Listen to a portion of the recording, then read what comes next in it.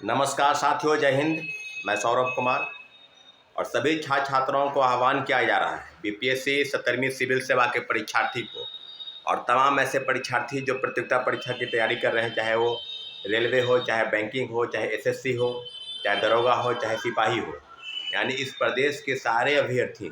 जो प्रतियोगिता परीक्षा की तैयारी कर रहे हैं और विभिन्न विभिन्न प्रतियोगिता परीक्षा में बैठकर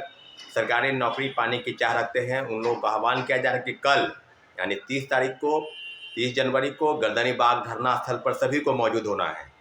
साथियों, आपको बताते चले कि जिस प्रकार से विगत 18 दिसंबर से यह प्रोटेस्ट जो है चल रहा है और प्रोटेस्ट चलने के पीछे जो वजह है वो यह है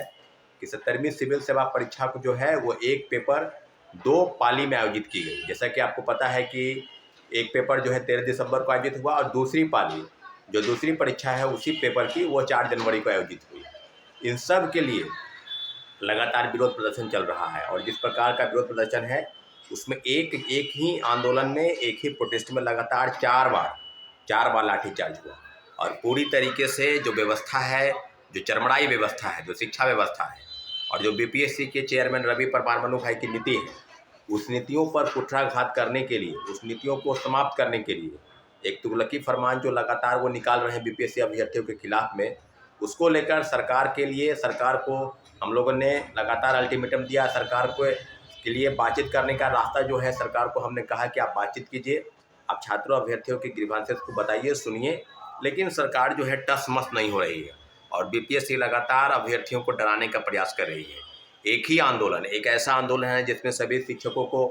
बोलने पर रोक लगाया गया। जो भी आंदोलन चल रहे थे उसमें सब कई छात्रों पर एफआईआर दर्ज है, कभी छात्रों को नोटिस जारी किया जा रहा है और विगत दिनों जो प्रेस कॉन्फ्रेंस हुआ उसमें बीपीएससी द्वारा उसमें यह कहा जा रहा है कि हम कई ऐसे अभ्यर्थियों को चिन्हित कर लिए हैं जिनको डिबार किया जा रहा है, यानी आगामी बीपीएससी के परीक्षा में बैठने के लिए उनको प्रतिबंधित किया जा रहा है। तो इस तरह की चीज़ों को डराने का प्रयास किया जा रहा है और पूरी तरीके से पेपर लीक धांधली सेटिंग पर उनकी किस प्रकार से गलतफहमी है, उन पर कोई बैलेंसिंग नहीं है, उन पर कंट्रोल नहीं है कि पेपर लीक कैसे रोका जाए, धांधली सेटिंग कैसे रोका जाए। जो बापू परिसर केंद्र में 13 दिसंबर को हुआ उसमें कई अन्य गड़बड़ी सामने आई कि एक ही पेपर में जब 12:30 बजे और पौने 1 बजे तक लोगों को प्रश्न पत्र मुहैया नहीं करवा पाए और उसके बाद उल्टे छात्रों अभ्यर्थियों को डराने और धमकाने का प्रयास चल रहा था। और इसमें आपने देखा होगा कि 25 दिसंबर, 29 दिसंबर और लगातार प्रोटेस्ट चल रहा है और हजारों की संख्या में अभ्यर्थी एक ही डिमांड कर रहे हैं कि जब परीक्षा एक है, जब पेपर एक है, तो उसको 2 शिफ्ट में आयोजित कराने का कोई तुक नहीं। और सारी चीज़ों पर लेकर आपने देखा होगा कि विगत लगभग 1 महीना 40 दिन बीत गए और अभी तक सरकार के तरफ से कोई भी तरह के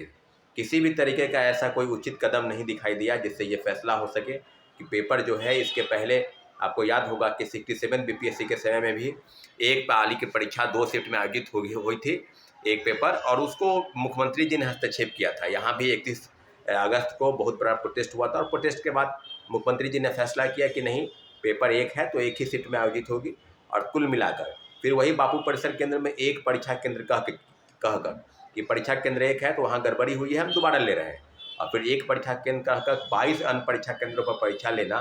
तो किस तरह की व्यवस्था हुई। और आपने जिस प्रकार से लगातार कहा कि स्केलिंग कर दिए, एक पेपर को इक्वल करके कैसे आप बता सकते हैं। आपने कहा कि 2 शिफ्ट में परीक्षा होगी, तो 2 शिफ्ट के परीक्षा को इक्वल कैसे आप कर सकते हैं।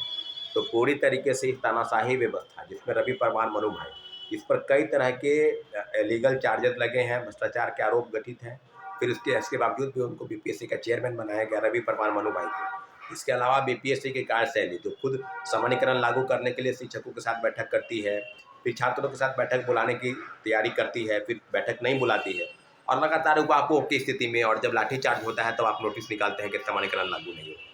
एक परीक्षा जैसे ही 2 शिफ्ट में आयोजित होती है, सामान्यीकरण लागू है। और सबको बताते चले कि माननीय उच्च न्यायालय में भी याचिका दायर है और जिसकी दूसरी सुनवाई और महत्वपूर्ण सुनवाई सभी छात्रों अभ्यर्थियों के आग्रह पर कि क्या सरकार अल्टीमेटम के रूप में नहीं सुन रही है, तो हम लोग लगातार प्रयास कर रहे हैं और आज तक हम लोग इंतजार करेंगे कि मुख्यमंत्री जी चुप्पी तोड़े, मुख्यमंत्री जी छात्रों अभ्यर्थियों की बातों को सुने, उनसे मुलाकात करें। आप मुलाकात नहीं करें तो उनके ग्रीवांसेस से उनको सुना जाए,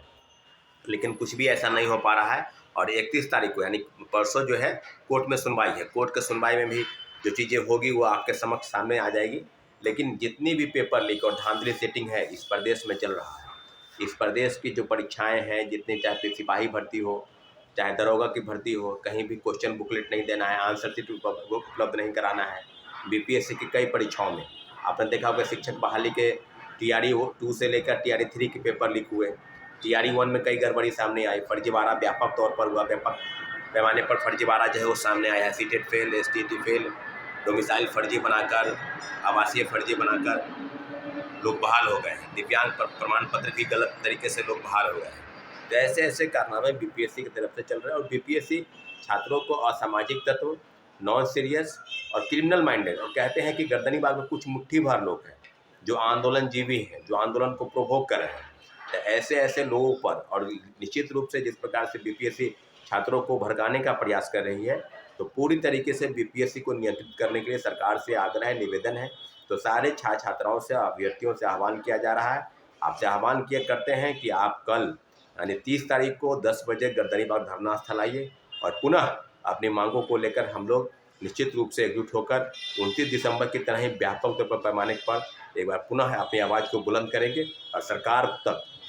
लोकतांत्रिक तरीके से जो भी आवाज़ है सरकार तक पहुंचाने का प्रयास करेंगे। इसलिए सभी छात्र अभ्यर्थियों से जो प्रतियोगिता परीक्षा की तैयारी कर रहे हैं उनसे आग्रह है कि आप गर्दनीबाग धरना स्थल आइए। निश्चित रूप से अपने आंदोलन को अंतिम मुकाम तक ले जाने के लिए आप सभी का सहयोग और साथ की जरूरत है साथियों। धन्यवाद। जय हिंद।